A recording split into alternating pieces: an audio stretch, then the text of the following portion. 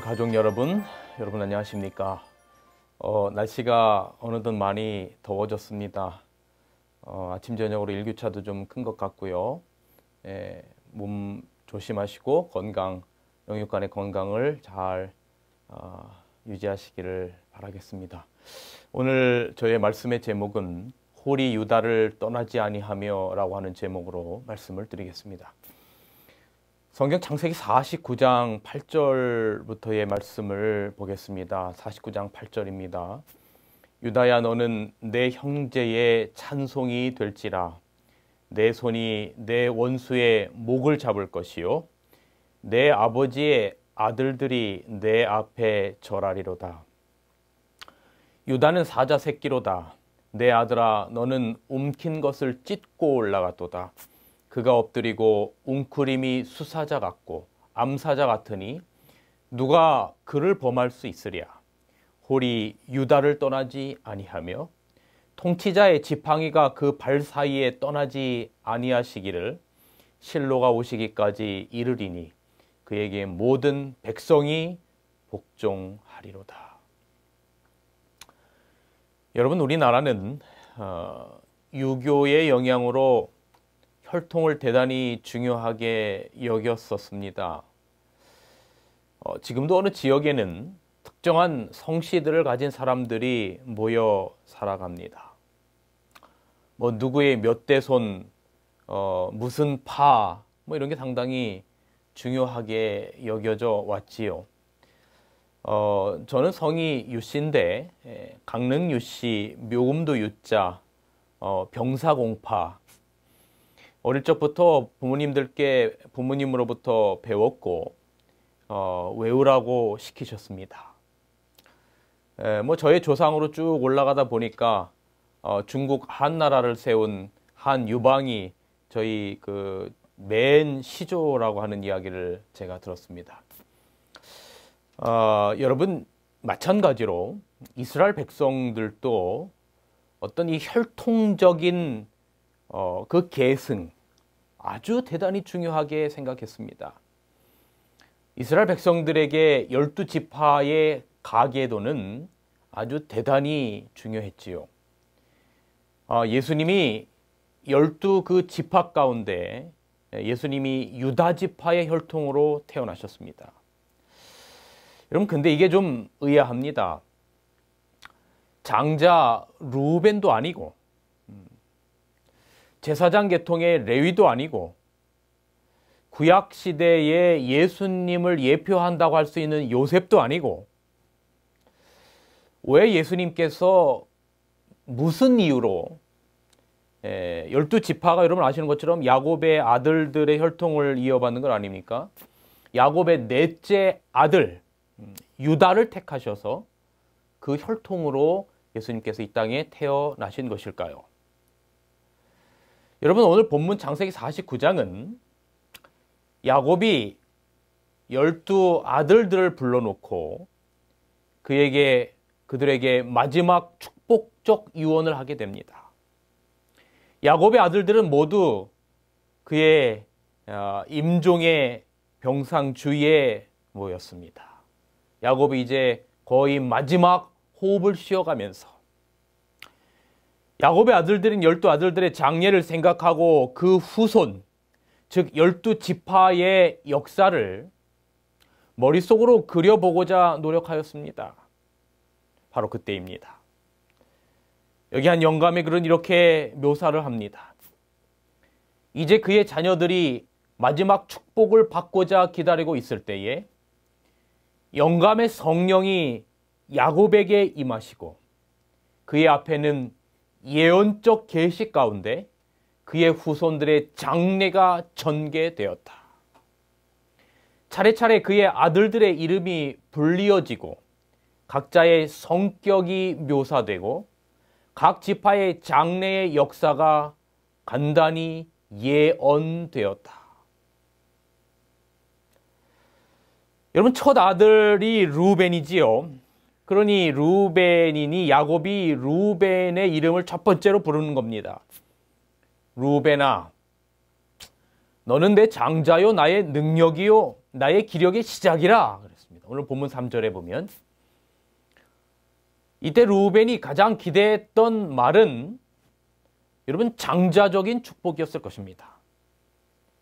장자적 축복이라 하면 우선 재산을 많이 물려주는 것이고 또 다른 영적인 가장 중요한 축복은 이 땅에 메시아가 태어날 텐데 메시아가 태어날 것을 알았죠. 이스라엘 백성들이.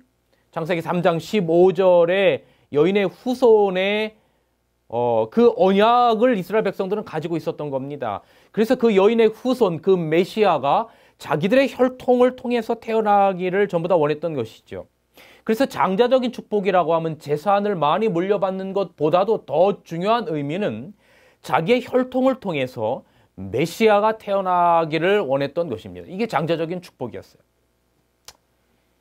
그런데 아버지 야곱은 이렇게 말합니다. 위강이 초등하고 권능이 탁월하도다마는 너는 탁월치 못하리라.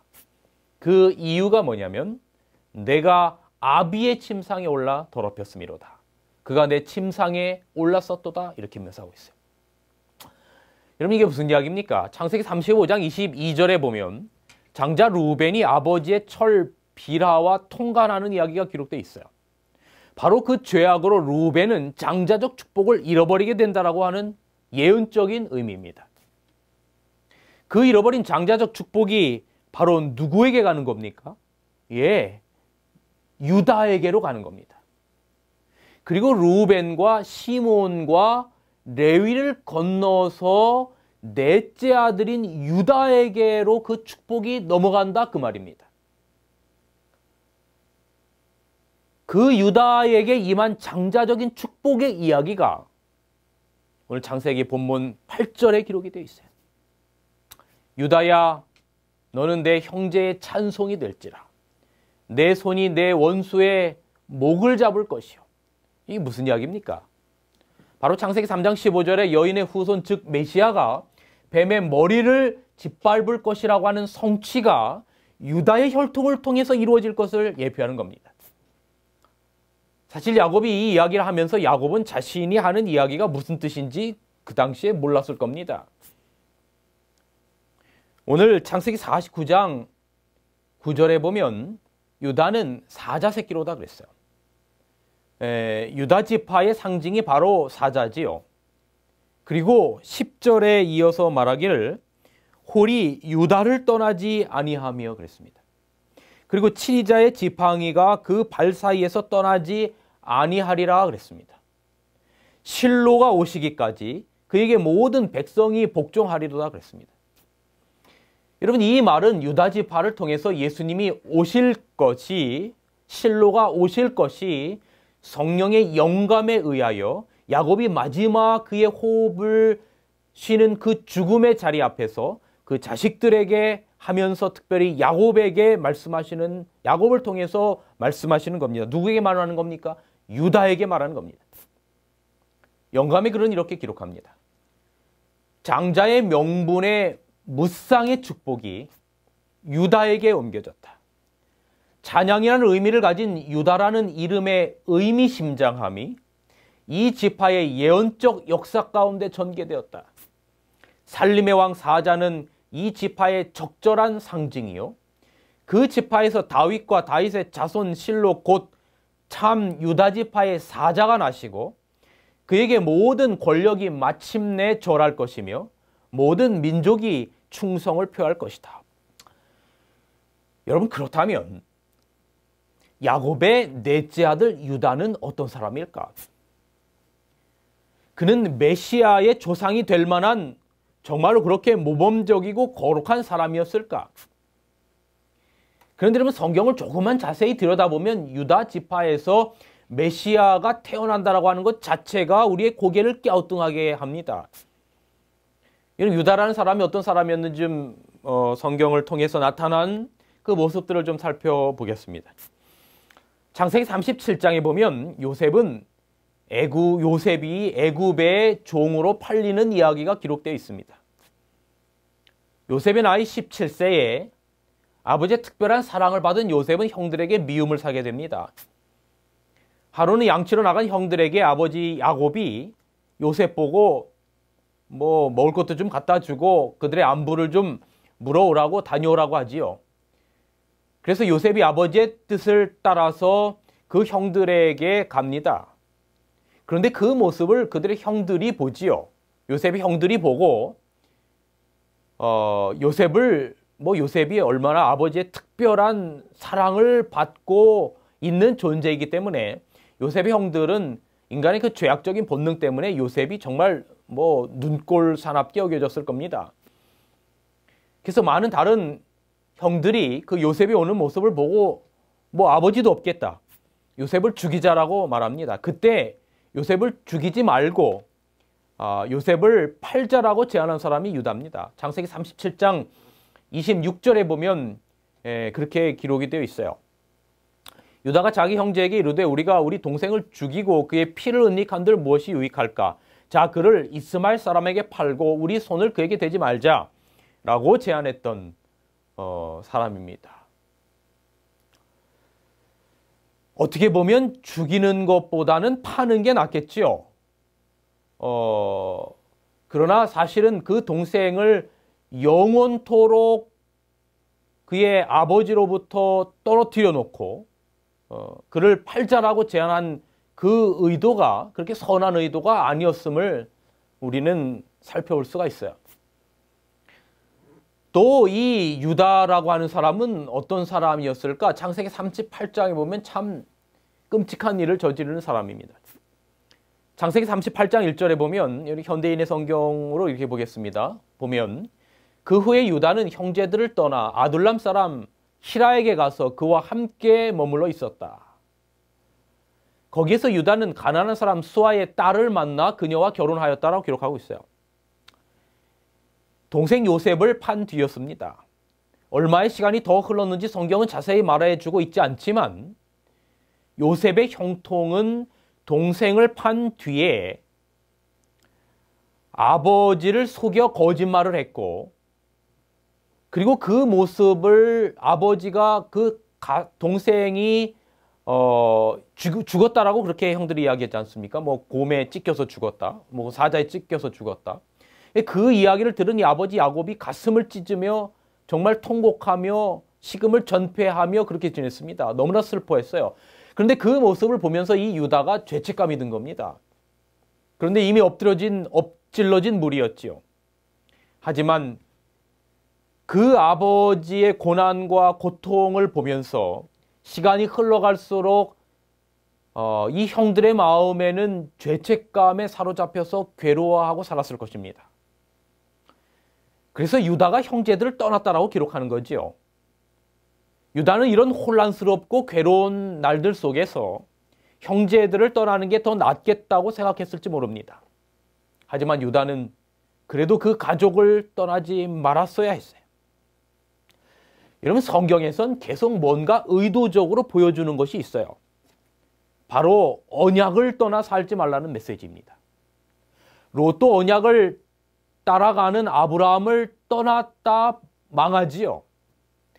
에서도 언약을 무시하고 따로 떨어져 살면서 가나안 여자들과 결혼하여 언약과는 전혀 상관없는 삶을 살게 됩니다. 결국 하나님을 대적하는 족속으로 전락해버리고 말아요. 여러분, 유다도 형제들을 떠나 가나안 사람 수아의 딸과 결혼했다라고 성경에서 기록하지요. 아브라함 때부터 하나님께서는 가나안 족속과는 섞이지 말라라고 분명히 경고하셨어요. 그렇지만 유다는 그의 조상 하나님도 버리고 언약도 버리고 형제들을 다 떠나 아버지도 다 떠나 살고 싶었던 것 같습니다. 그래서 유다는 언약을 떠나 자신이 원하는 곳으로 나가버리고 맙니다. 하지만 그때 하나님을 떠난 삶의 모습 속에서 어김없이 죄악적인 문제가 터집니다. 창세기 38장 3절에는 그녀가 임신하여 아이를 낳자 유다는 그 이름을 엘이라고 지었다. 그녀는 다시 임신하여 아들을 낳고 그 이름을 오난이라고 하였으며 또 다른 아들을 낳아 그 이름을 셀라라 하였다. 그녀가 셀라를 낳을 때 유다는 거실에 있었다라고 기록하고 있어요. 유다가 낳은 가나안 여인과 낳은 아들이 셋입니다. 엘과 오난과 셀라입니다. 그런데 창세기 38장에는 유다의 장남 엘이 다멜이라는 여자와 결혼을 했는데 그 엘의 행위가 하나님 앞에서 악해서 그 유다의 장자 엘을 죽이셨다라고 기록하고 있어요. 첫째 아들을 위해서 딥나에서 가나안 여자 다말을 데리고 와 며느리로 삼습니다. 그런데 그 첫 아들 엘의 행위가 악하여 하나님께서 죽이셨다라고 기록하고 있어요. 그 후에 유다는 둘째 아들 오난에게 내 형수와 잠자리를 하여 내 형을 위해 자식을 낳아서 시동생의 의무를 다하라라고 명합니다. 이게 신명기 25장에 나오는 형사 취수제의 이야기지요. 그런데 오난은 형수와 잠자리를 해서 아이를 낳아도 결국 그 자식이 자기 자식이 되지 못함을 알고 형수와 관계를 가질 때마다 잠자리에 사정했다라고 성경은 기록하고 있어요. 그 일이 악하여 하나님께서 그도 죽이셨다라고 기록합니다. 창세기 38장 11절에 이때 유다는 며느리 다말에게 내 친정집으로 가서 내 마지막 아들 셀라가 성장할 때까지 그대로 지내라 그렇게 말합니다. 그런데 그렇게 말한 그 속 의도가 성경은 뭐라고 기록하냐면 그가 이렇게 말함은 셀라도 그 형들처럼 죽을지도 모른다는 두려움 때문이었다. 그래서 다말은 친정에 가서 살았다고 기록하는 겁니다. 여러분 이때 유다가 이 두려워했던 것을 우리가 인간적인 그 두려움을 짐작할 수 있어요. 첫째 아들, 둘째 아들을 다 잃은 겁니다. 자칫 잘못하면 막내 아들 셀라도 죽을 수 있겠구나 해서 며느리 다말에게 거짓말하는 거예요. 그 속 의도는 그렇지 않았던 거죠. 셀라가 성장할 때까지 너 친정집에 가 있어라. 그리고 다 성장하면 다시 너와 결혼시키겠다. 형사 취수제에 의하면 그렇게 돼야 되는 거예요. 여러분 같으면 여러분이 만약에 이 유다 시아버지의 입장이라면 이 다말이라는 며느리를 끝까지 책임지겠습니까? 그러나 결국 다말 입장에서는 너무나 비참한 얘기예요. 자기 남편이 죽고 그 동생과의 관계 가운데 그 동생도 죽고 그리고 시아버지께로부터도 버림을 받은 겁니다. 이 유다의 거짓말은 나중에 엄청난 사건을 만들어냅니다. 창세기 38장 12절에는 얼마 후에 수아의 딸인 유다의 아내가 죽었다라고 기록하고 있어요. 유다는 어느 정도 마음의 위안을 되찾은 다음에 친구인 아둘람 사람 히라와 함께 자기 양떼의 털 깎는 자들 있는 딥나로 올라갑니다. 딥나라고 하는 곳으로 올라가요. 이제 자기 아내가 죽고 마음의 위안을 찾은 다음에 이제 그 친구를 만나기 위하여 딥나라고 하는 곳으로 이 유다가 올라갑니다. 그때에 이 친정집에서 살고 있었던 며느리 다말이 자기 시아버지가 양털을 깎으려고 딥나로 올라오고 있다라고 하는 말을 듣게 되는 겁니다. 그래서 그녀는 과부의 옷을 벗고 면사포로 얼굴을 가린 채로 딥나로 가는 길 옆 에나임이라고 하는 입구에 앉아 있었어요.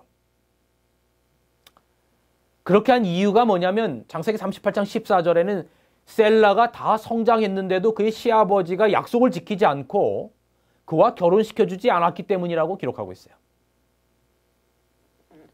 이제 이 유다가 자기 친구를 만나기 위하여 딥나라고 하는 곳으로 가고 있을 때 한 여자가 유다 옆으로 가는 겁니다.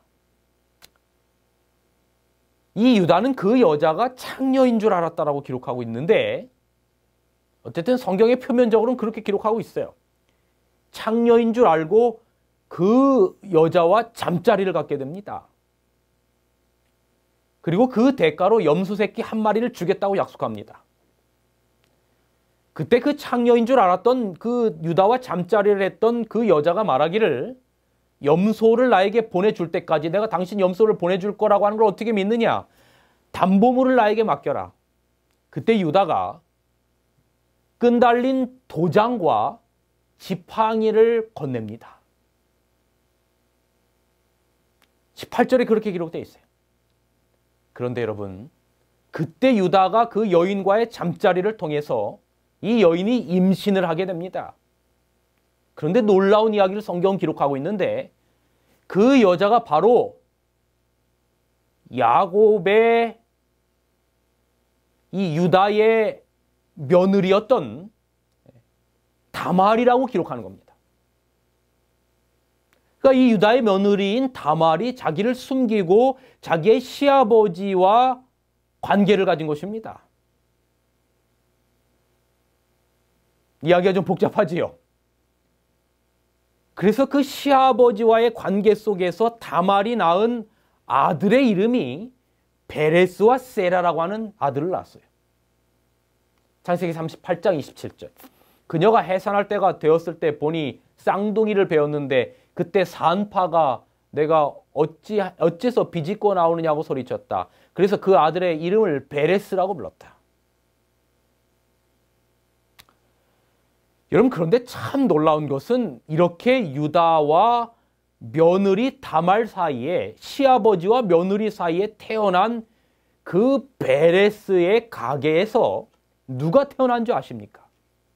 마태복음 1장에 보면 그 베레스의 후손에서 다윗이 태어나고 그 다윗의 후손에서 예수님이 태어난 겁니다. 놀라운 역사예요. 있을 수 없는 관계 속에서 태어난 후손 가운데 예수님이 계신 겁니다. 그런데 여러분, 여기서 궁금증이 생겨요. 왜 성경은 이렇게 추잡한 이야기까지 다 기록하고 있을까? 한번 생각해 보세요. 여러분, 우리가 위인전을 보면 보통 미화하게 되어 있잖아요. 그런데 성경은 좋은 이야기보다는 추잡하고 입에 담기도 어려운 이야기를 기록하고 있어요. 여러분, 전 이게 성경이 누가 짜맞춘 이야기가 아니라는 증거라고 생각합니다. 여러분, 여기 저의 마음을 때리는 하나의 글을 좀 보겠습니다. 영감은 선한 사람들, 곧 하나님의 은총으로 고귀하게 되었던 사람들의 과오를 충실히 기록한다. 다시 말하면 성경은 하나님의 은총으로 고귀하게 되었던 사람들의 과오를 충실히 기록한다. 이것은 많은 사람들이 이상히 여기는 문제가 되어 왔으며 불신자에게 성경을 조롱할 기회를 주었다. 그러나 아무 죄도 은폐하지 않는 것이 성경이 진리라는 가장 유력한 증거 중에 하나이다. 성경이 영감을 받지 않은 사람들에 의하여 기록되었다면 그것은 의심 없이 거기 나오는 존경받는 사람들의 성품을 좀 더 아첨하는 견지에서 기록해 놓았을 것이다. 인간의 가장 연약함 속에서 예수님이 오시는 겁니다. 여러분, 예수님께서 성경에 나타난 위대한 믿음의 사람들, 욥, 요셉, 여호수아, 사무엘, 다니엘, 이런 혈통을, 물론 그들도 대단히 연약하고 부족한 부분들이 있었지만 그러나 성경에서는 꽤 정말 아름답고 위대한 모습들을 많이 부각하고 있는 사람들의 혈통을 통해서 오시지 않고 왜 죄와 허물 많은 유다 혈통을 통해서 오셨을까? 그리고 그 후에 밧세바와의 간음에서 낳은 솔로몬의 혈통에서도 오시지 않습니까? 그 답이 어디 있을까? 그 답을 저는 마가복음 2장 17절에서 보는 겁니다. 내가 의인을 부르러 온 것이 아니요 죄인을 부르러 왔노라. 그 답을 로마서 5장 20절에서 찾는 거예요. 죄가 더한 곳에 은혜가 더욱 넘쳤나니 그런즉 은혜를 더하게 하려고 죄에 거할 수 있느뇨 그럴 수 없느니라 라는 말씀에 있는 거예요. 가장 큰 연약함에 우리가 아직 죄인 되었고 우리가 아직 연약하고 우리가 아직 하나님과 원수 되었을 때의 그 모습 속에서 예수님께서 오시는 겁니다. 얼마 전에 한 명사특강 강의를 듣다가 한 우리나라 유명한 강사가 있습니다. 뭐 이름을 대도 괜찮을까요? 김미경 강사가 당신의 자존감의 나이는 몇 살입니까? 라고 하는 강의를 하는 것을 들었습니다. 그 강의 가운데서 참 저의 마음에 충격을 주었던 것 하나가 뭐냐면 자식을 망가뜨리는 원인이 무엇일까? 네. 특별히 이 아주 잘난 부모 밑에 있는 자식이 망가지는 경우가 많은데 뭐 유명 목사, 유명 정치인, 뭐 유명 어떤 사회인, 어떤 유명한 사람들 밑에 자녀가 많이 망가지는데 왜 그럴까? 그 강사가 뭐라고 말하냐면 자식보다 부모가 너무 잘났을 때 자식이 망가진다라고 이야기해요. 그 이야기는 저에게 꽤 어떤 의미심장한 충격으로 다가왔어요. 그 이유를 그 강사가 뭐라고 설명을 하냐면 이렇게 설명을 하더라고요. 이 김미경 강사의 이야기가 이 김미경 강사의 아이가 있었는데 그 아들이 있는데 그 아들이 갑자기 고등학교 다닐 때 자퇴를 했대요. 그때 보통 부모들의 첫 마디가 뭐냐면 아유 내가 못 살아. 넌 도대체 누구를 닮아서 그러냐. 보통 엄마들이 너 아빠 닮아서 그러지 막 그렇게 말하잖아요. 그러면서 나는 어떻게 하냐. 내가 김미경 유명한 강사인데 너 때문에 내 명예에 금이 가고 창피해서 죽겠다. 만약에 이렇게 말했다면 그 자식은 정말로 죽는다는 겁니다. 이렇게 부모에게 짐이 되고 살 바에는 차라리 죽는 게 낫겠다 해서 자살한다는 거예요. 그러면서 이 강사가 말하기를 자식이 삶을 살다가 지하 10층으로 추락하는 경험을 하면 그때 부모는 그 자식보다 더 내려가야 한다라고 이야기하는 겁니다. 자식이 지하 10층으로 추락하면 부모는 지하 11층으로 가서 그 자식을 받쳐줘야 한다는 거예요. 이게 자식보다 더 삶을 산 부모의 넉넉한 자존감의 나이라는 겁니다. 자식보다 더 방방 뛰면 이건 자식보다도 못한 자존감을 가진 부모라는 겁니다. 자식이 지하 10층으로 떨어지면 부모는 지하 11층으로 내려가서 거기서 자식보다 더 낮은 자리에서 자식을 안아야 한다라고 하는 겁니다. 그게 엄마고 그게 부모라고 하는 이야기를 들었어요. 그 이야기를 들으면서 예수님이 왜 가장 추한 그 연약한 유다 지파에서 태어난 이유를 아는 겁니다. 예수님이 마구간에서 태어난 이유를 깨닫는 거예요. 예수님이 왜 가난한 목수의 아들로 오신 이유를, 예수님께서 왜 가장 저주스러운 십자가에서 죽으신 그 이유를 아는 겁니다. 그분의 자존감은 인류를 다 품으실 만큼 크셨던 겁니다. 왜냐하면 그분은 바로 우리의 엄마이셨던 거예요. 우리의 부모였던 거예요. 우리의 아버지였던 거예요. 지하 10층이 아니라 지하 11층이 아니라 사망의 음침한 골짜기에서 죽어가는 자식을 구하기 위하여 가장 저주스러운 그 갈보리 언덕까지 내려오신 겁니다. 그리고 거기서 십자가에 죽으셨던 거지요. 연한 순 같고 고운 모양도 없고 풍채도 없는 자식 잃어버린 정신 나간 부모의 모습으로, 우리의 흠모할 만한 것이 없는 모습으로 이 땅에 오셔서 죄악으로 말미암아 사망의 음침한 골짜기로 떨어진 우리보다 더 아래로 내려가셔서 우리를 받으시고 구원하신 우리 예수님의 사랑을 보는 겁니다. 이런 유다가 전혀 다른 모습을 보이는 장면이 창세기 43장과 44장에 걸쳐서 나와요.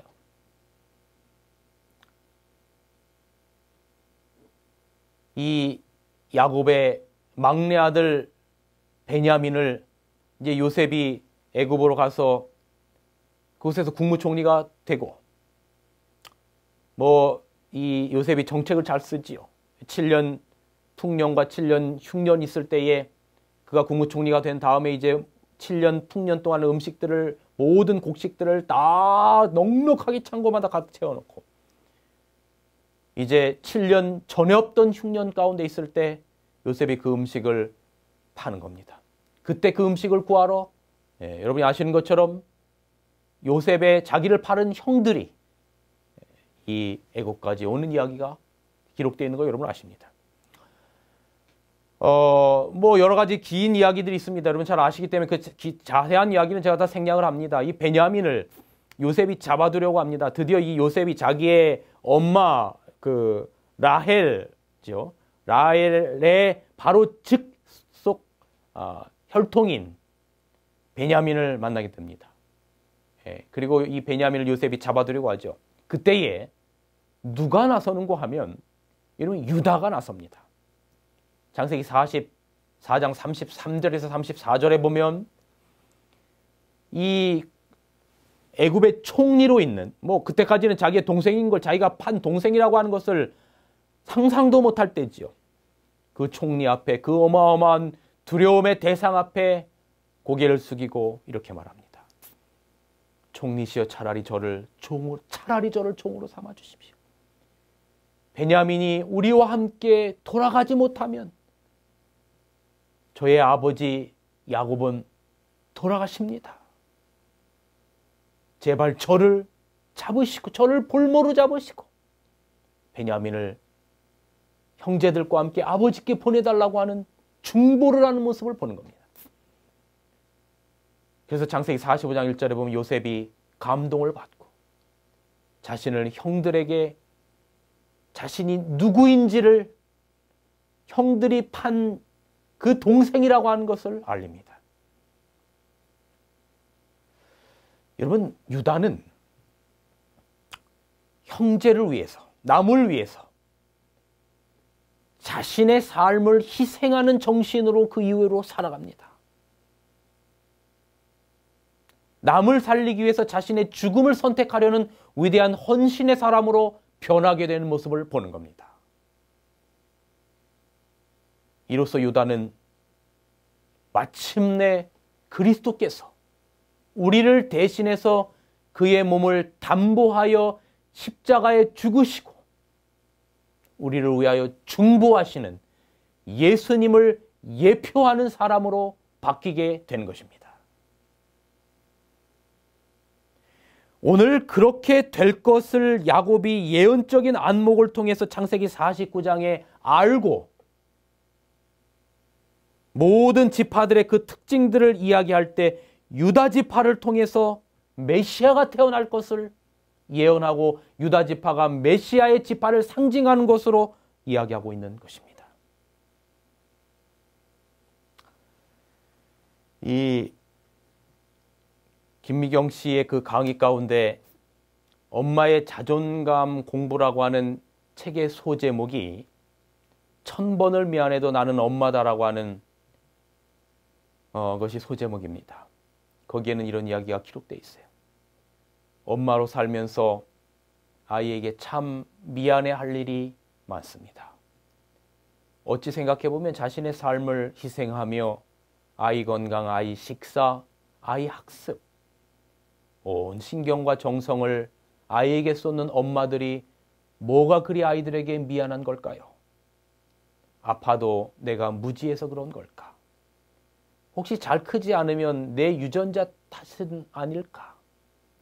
부부 사이 안 좋아 자신이 제일 힘들 텐데 그런 가정밖에 만들어주지 못해서 또 미안하고 아이가 조금이라도 부족하면 그것이 내 부족 같고 사실은 그렇게 다 엄마 탓을 하지 않아도 되건만. 그러면서 계속해서 그 책에는 이렇게 기록하더라고요. 우리 엄마로 처음부터 태어난 건 아니었잖아요. 우리조차 완벽한 사람이 아니잖아요. 부족해서 미흡해서 방법을 잘 몰라서 아주 서툴지만 그래서 미안하지만 그래도 엄마임을 끝까지 포기하지 않으실 거잖아요. 내 목숨 다하는 날까지 엄마 하실 거잖아요. 그러므로 우리 모두 내 자신을 다독거려 줍시다. 아이가 자라는 만큼 우리도 엄마로서 자라고 있는 거라고. 참 감동적인 글이었어요. 사랑하는 진리의 뿔 가족 여러분, 내 목숨 다하는 날까지 엄마 하실 거잖아요. 저희 어머니나 저희 아버지, 또 저희 장모님을 보면 엄마가, 부모가 무엇인지를 알게 돼요. 시골에서 농사 지으시니라 그리 뼈 빠지셔도 엄마를 포기하지 못하셔요. 가을 되면 그 바리바리 그 1년 내내 수고한 그 결실들을 자식들을 위하여 주는 걸 아끼지 아니하시는 거죠. 저희 장모님도 다리가 많이 요즘 편찮으셔서 쩔뚝거리시는데도 음식을 만들어서 다 큰딸 자식들에게 준다고 지하철 갈아타고 1시간 이상 오셔서 음식을 주시고 바로 돌아가세요. 내 목숨 다하는 날까지 엄마 하실 거잖아요. 이 말이 오늘 본문의 이 말인 겁니다. 홀이 유다를 떠나지 아니하며 통치자의 그 발 사이에서, 통치자의 지팡이가 그 발 사이에서 떠나지 아니하리라.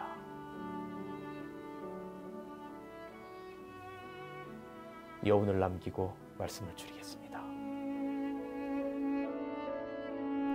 진리횃불 웹사이트에는 이 시대를 위한 하나님의 말씀이 준비되어 있습니다.